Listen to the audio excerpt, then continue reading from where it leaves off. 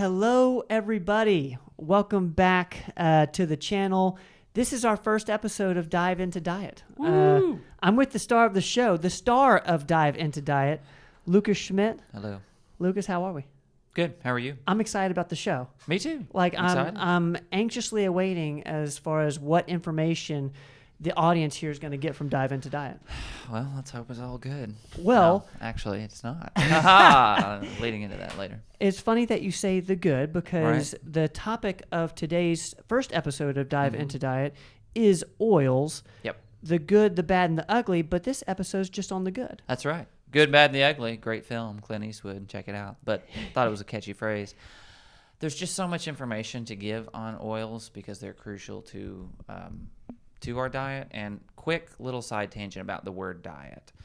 When we hear the word diet, usually people think of the people that say, I need to go on a diet. And that means I'm going to restrict what I eat and follow this painful process to lose weight. The word diet originally just means how you eat. It doesn't literally mean I restrict myself. Like, it's not this like torture that you have to put yourself through. It's just become associated with that. So hopefully we can make this more informational and empowering, and that's why we chose Dive Into Diet. So diet is not a negative. No, absolutely no. It's essential to your life. So it's there required. You go. So it's a positive. You get to live. But back to you said good, bad, and the ugly. There's just so much information on oils and fats, particularly, that I didn't want to do just one episode on all the good, bad, and the ugly. So I wanted to focus on good today. Are oils and fats the same thing, or is oils a fat?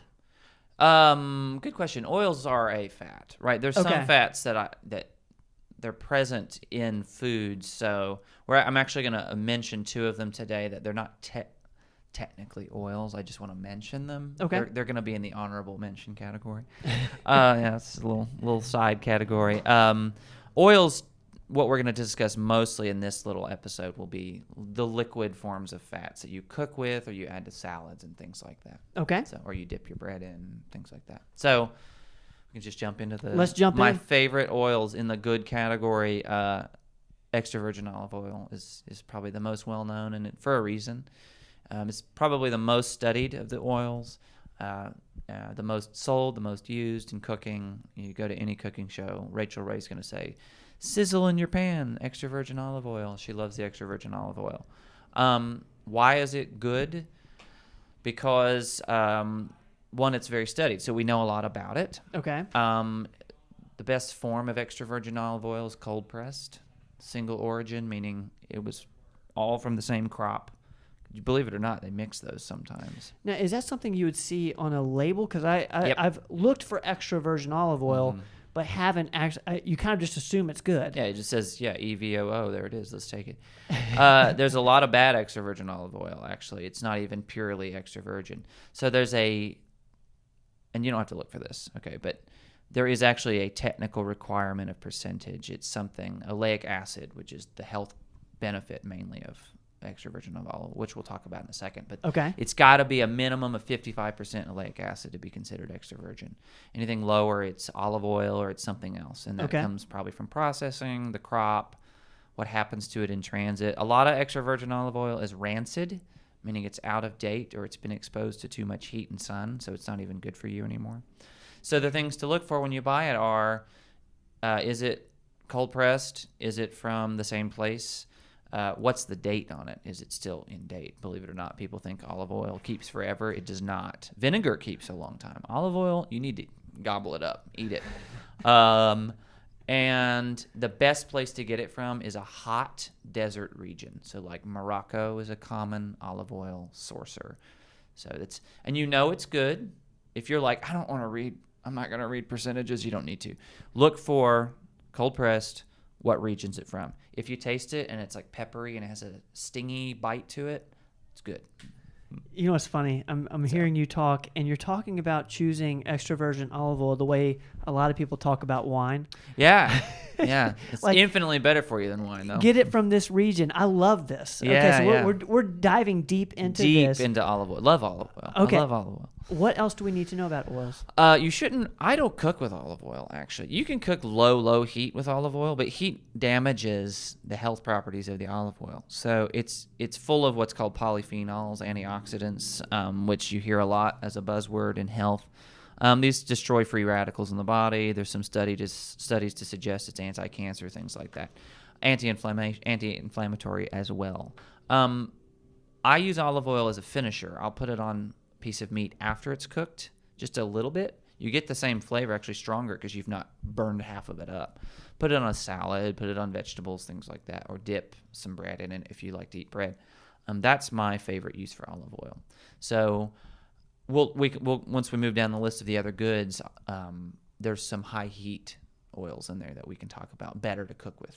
So, Okay, I'm with you. I'm trying to think anything else about olive. It's a good source of vitamin E, Okay. which is fun.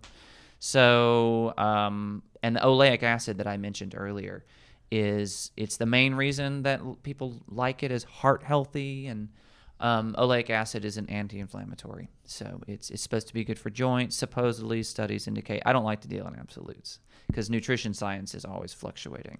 It changes all the time. All the time. The general consensus is that right now is that it's good for your joints and good for autoimmune conditions and things like that.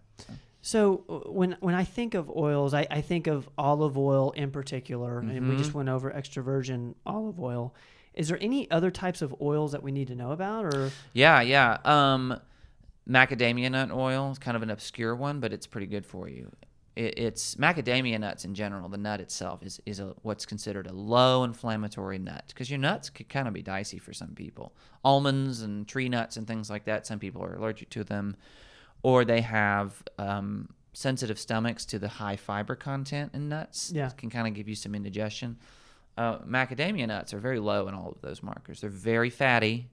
They're a staple in a keto diet, actually. If you're going to do keto, macadamia nuts, like top of the list. They're a little pricey, of course, but macadamia nut oil is low inflammatory. It's also high in oleic acid, like olive oil, but it has palmitic oleic acid, palmitoleic acid, which is omega-7.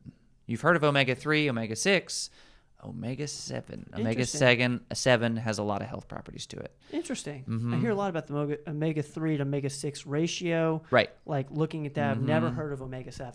Omega-7 is supposedly good for moisture balance in the body, skin, and also inflammation. So, Interesting. Are you using macadamia nut oil in the same way you're using extra virgin olive oil, in the sense that it's don't an cook additive? with it. Okay. Yeah, macadamia nuts in general, they don't tolerate high heat. You Okay. can roast them a little bit, and the oil is the same. I don't like to cook with it. I actually, I take resveratrol currently experimentally in a powder form, and it doesn't dissolve well in water. So I actually put macadamia nut oil in a teeny little glass, and then I put my resveratrol powder and mix it up, and I drink it. Now, that's what I do. You know, that's so funny you said that. Are there people that actually like take shots of olive oil and I'm sure I would do it. I love it. Would you really? Yeah. In fact, I like to go to the olive oil stores sometimes because it's usually free samples there. You can taste, because if you're going to buy a bottle, it's an investment. It's expensive, can be. So I sample everything. I'm like full by the time I leave. And it's like just little shots of olive oil down the row. But yeah, there are people that probably do that health shot in the morning. I'm not advocating that, but it's good for you. So That's I'm not interesting. saying guzzle the bottle, right? Let's not swig olive oil. all Right. day. It's a little bit high calories. So. Well, what I'm hearing from you is using these oils as an additive to a meal, to a snack. So far, we've gone over extra virgin olive oil, the good of that. We've gone over macadamia nut. What else do we need to know about in terms of the good parts of oil? I like to cook with, and let's get the high heat oils. They're stable at high temperatures. They have what's called a low smoke point. Right? Okay. They're not burning. If they're smoking, they're burning.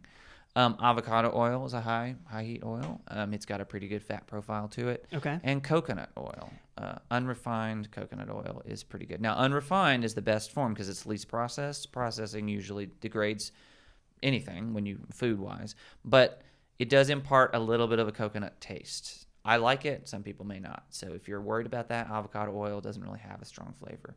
So those two are great alternatives to olive oil or vegetable oil for high heat That cooking. that's a bad word around here. Yeah, Vegetable we'll oil. get to that one. That's the next two categories.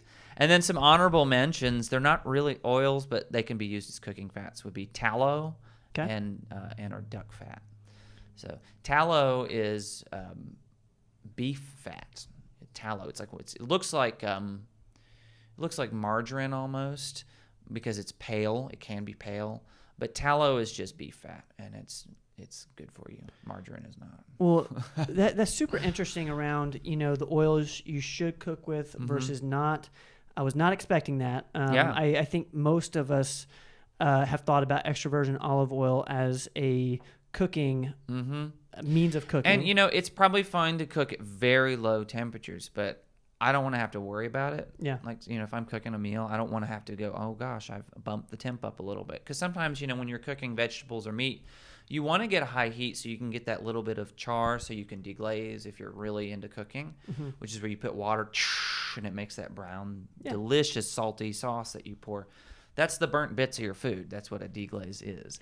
It's delicious. You don't want to do that with olive oil because you've gotten the temperature so high that it's degraded.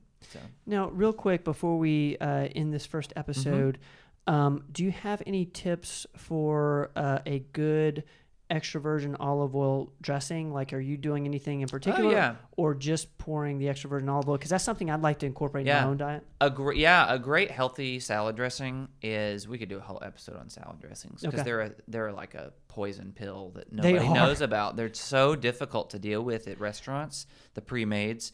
My go-to to make a dressing is I'll take some kind of vinegar, be it red wine or white vinegar. I put that I use like a mug. So I'll just take a mug, pour, I don't measure, I just pour that. I add my extra virgin olive oil to that. And then I'll add actually a squirt of mustard, which just thickens it, gives it a creamy taste without adding sugar or calories really. Little mustard. And then I'll usually juice a lemon in there or even zest a lemon, all the skin in there, the little zest. It's so citrusy. And then just stir it up, pour it on your salad. Citrus dressing. It's delicious. That's super cool. I'm gonna follow that. I know I'm gonna follow that because I love mustard for one. Oh yeah, me too. That's great. Huge fan. Lucas, man, dive into diet. First episode. How do you think we did? I feel like we did pretty well. Well, guys, talked about food. So how do you think we did? Comment below. Let us know what you think of our new show. Dive into diet with us every single week. I'm with the star of the show, Lucas Schmidt. Lucas. Appreciate you, man. Thank you. As always, we'll see you guys next time. Don't go away.